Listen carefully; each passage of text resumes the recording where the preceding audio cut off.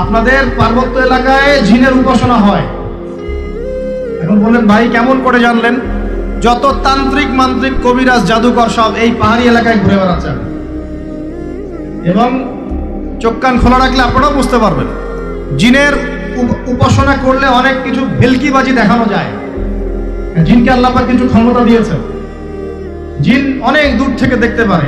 মনে করেন যে কেউ একজন এখানে বসে আছে, সে দাবি করছে যে সে অলৌকিক ক্ষমতার অধিকারী, অথচ ওর কাছে জিন আছে। কি আছে?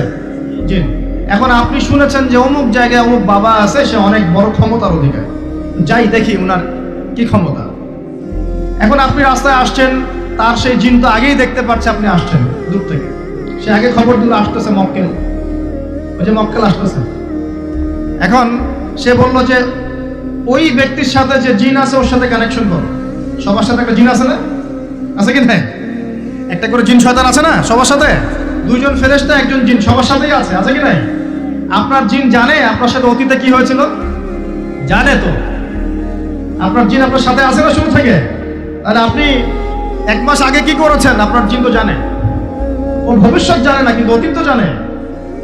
ও তো ভবিষ্যৎ জানে না কিন্তু অতীতে আপনি কি করেছেন ও তো জানে না?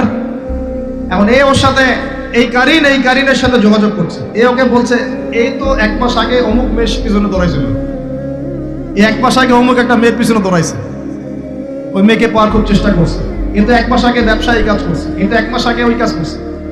এখন আপনি হেঁটে হেঁটে আসলেন, এদিকে খবর পাস করা শেষ, এসে বললেন বাবা আপনার কি ক্ষমতা, আমি আপনার ক্ষমতার নিদর্শন দেখতে চাই। সেই বাবা এখন বলছে যে তুই তো সেই ব্যক্তি না, তোর নাম অমুক না? আপনি তো ভেবাচকা খেয়ে গেলেন, হ্যাঁ তাই তো, আমার নাম তো অমুক। তুই তো 1 মাস আগে এই মেয়ের পিছনে ঘুরছিস না? তাই তো, আপনি কেমন করে জানলেন? তুই 1 মাস আগে এই কাজ করছিস না? তাই তো, আপনি কেমন করে জানলেন? আপনার তো চোখ একদম আসমান উঠে গেল, বাপরে বাপ, সে তো আমার অতীতের সব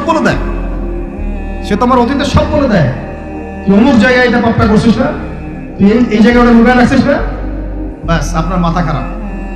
জিনের উপাসনা করে মানুষ অনেকেই। আর জিনটা কি করে? অনেক সময় আসমানের কাছে যায় সংবাদ নেওয়ার জন্য। সূরা মুলক পড়েন, সূরা মুলকের 1ম পৃষ্ঠা পড়েন। আল্লাহ পাক ওদেরকে তাড়ানোর জন্য আসমানের মধ্যে এই উল্কাপিণ্ড নক্ষত্র নিক্ষেপ করেন। রুজুম আল্লিশ শায়াতিন, আল্লাহ বলেছেন এই নক্ষত্রগুলা আমি রুজুম আল্লিশ শায়াতিন, শয়তানদেরকে তাড়ানোর জন্য রেখেছি। সুবহানাল্লাহ।